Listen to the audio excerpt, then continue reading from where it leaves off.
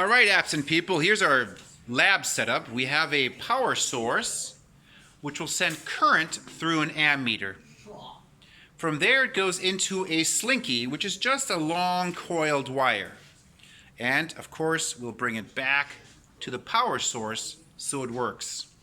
We will then measure how much magnetic field is created inside our coil, our slinky, as we change the amount of current that flows through here. We can change the amount of current that flows through here. We actually already did that. We just forgot to videotape it. Sorry. So anyway, here's our data over here. Okay?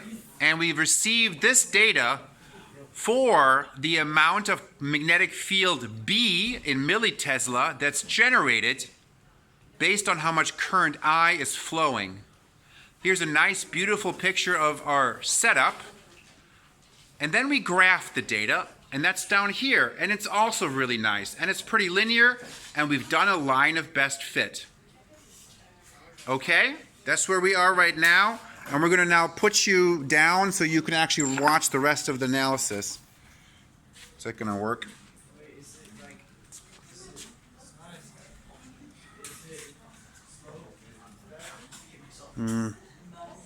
Let's put this over here. I don't have a thingamajigger. Thingamajigger being a technical term. Stand. Stay. Stay.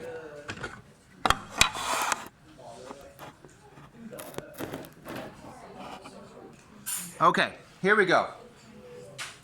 We now need to find the slope of our line. Well, we don't need to, but we want to because we want to get points on the lab report.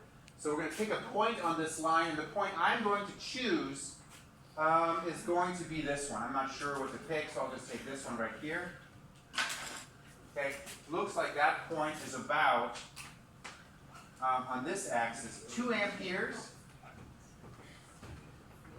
And on the vertical axis, just a little bit more than 0.12. Maybe 0.123. Okay? Make sense? Okay, I'll pretend you said yes. 0.123 millitesla. And of course that means that we can find the slope. And the slope is going to be the y value, 0.123 millitesla, divided by 2 amps, which is 0.0615 millitesla per amp. Okay? You guys understand so far? Cool. Yes? We will take a picture. I have one question. You're only supposed to, when you do the line, you're only supposed to connect the first and the left side. On the straight line, I want you to put it through the middle. There are 2 criteria by which we're grading this, the royal we, that's me. The one is that it's a proportional graph that's anchored at 0, 0, and that it goes through the middle of the points, meaning there are some above, some below, it's kind of going right through the middle. And I'm going to use some like eyeballing of it. So like, this is bad, this is bad, this is good. Okay? Now, you might say, well, what are we comparing this to? Yes? We're going to use Wednesday to prepare for the quiz. That's why we're rushing, because I was going to use next Monday to prepare for the quiz, but we can't do that because Monday is kaboosh for the parent-teacher conference. Okay? So, but yes, part of this will be on the quiz as well. So magnetism will be on there, and some circuits. Okay, a little more complicated circuits. We had very basic circuit stuff, like power is going to be on there as well. Okay, so now, you might ask me, what do you think? How does this work? Well, here's the deal.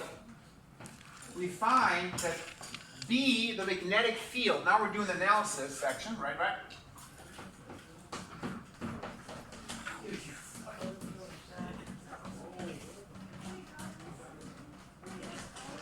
So, here's the deal. The equation that we have is this one. Okay, don't get scared.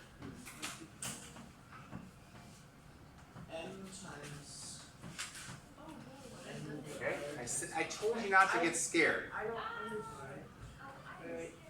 You're scared? That's the point from which we're getting the slope. The slope of a line that's proportional is any point on that line, its y value divided by its x value, which is this. So, don't panic. This thing right here is a constant, and the value is specifically 1.26 times 10 to the minus 6.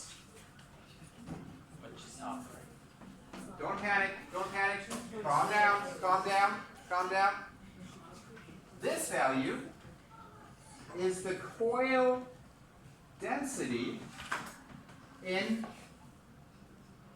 per meter. Coil density per meter. And that of course means that both these things together,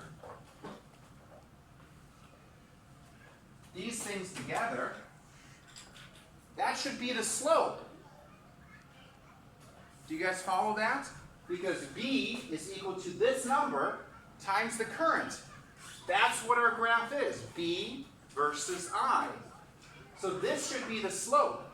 So given this value, and giving the coil density of 44 loops per meter, we can calculate an expected slope and compare it with our slope that we found. Okay? So this is our measured value. Measured.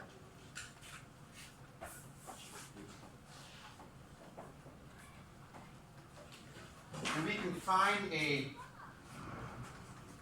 expected slope of mu0 n over L. Well, that's equal to this value, 1.26 times 10 to the minus 6 Tesla meters times 44 per meter.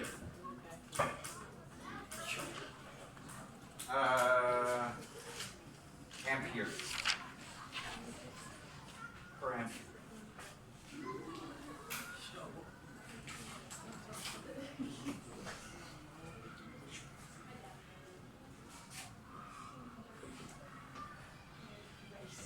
Okay, what is 44 times 1.626 times 10 to the minus 6? Question? Don't worry about the units right now. Oh, this thing's mu naught. But is it an O? It is a 0. Mu 0. Mu 0. What's 44 times 1.26 times 10 to the minus 6? Calculator, let's go. 144. 144 times 1.26. 1.26. Wait, can you go up? Can you like? Long ass number. No, 44 times 1.26. Can you push it down? What is it? It's 50 something. What is it? Oh, not times 44 times 1.26. Is 55.44.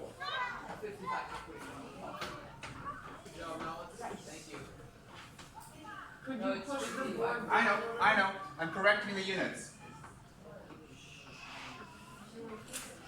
So, trust me, the units work out. You get 5.54 millitesla per ampere as the 0.054. Sorry.